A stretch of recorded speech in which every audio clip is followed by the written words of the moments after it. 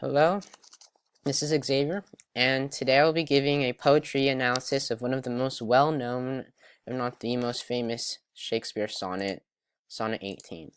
So, some background information. This sonnet was written by William Shakespeare, and he composed his sonnets between 1593 and 1601, although he published them in the Sonnets of Shakespeare in 1609. All of his sonnets are written in what we call Shakespearean, which is 3 quatrains and a couplet. A quatrain is 4 lines and a couplet is 2. So his sonnets 1 through 126 are addressing a beloved friend who is widely believed to be a young nobleman.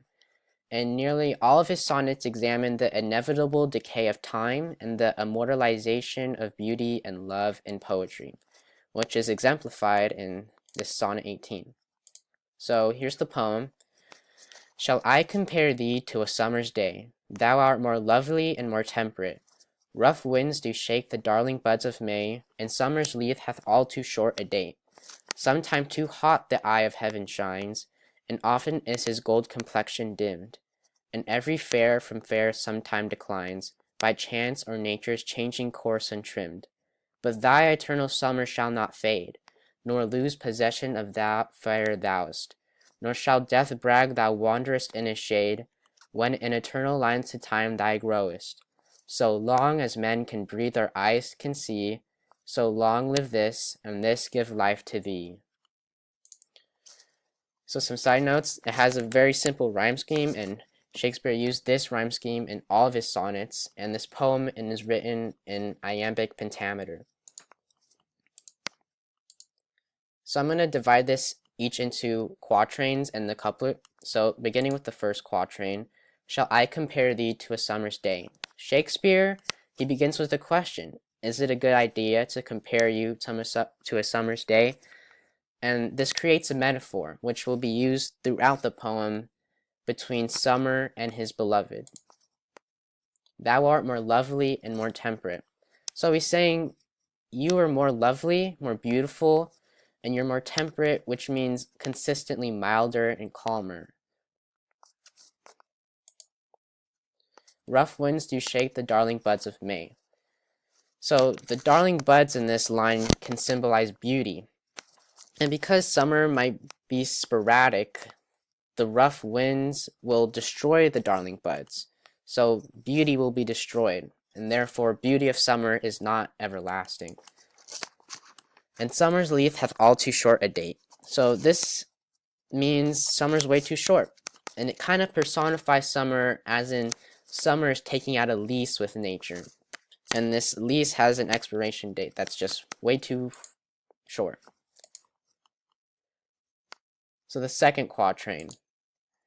Sometime too hot the eye of heaven shines. So the eye of heaven is a metaphor for the sun, and sometimes it might be too hot. And often is his gold complexion dimmed. So sometimes the sun is dimmed or blocked by the clouds. And every fair from fair sometime declines. So eventually, this means everything that's beautiful will come to an end. And there's also some alliteration here in fair from fair, each word starting with the consonant F. By chance or nature's changing course and trim. So beauty will end either by bad luck or by the will of nature. And untrimmed in the sentence can mean lack of ornament or decoration. There's also consonants in here between chance and nature's and changing, which emphasizes the sound ch. So the third quatrain.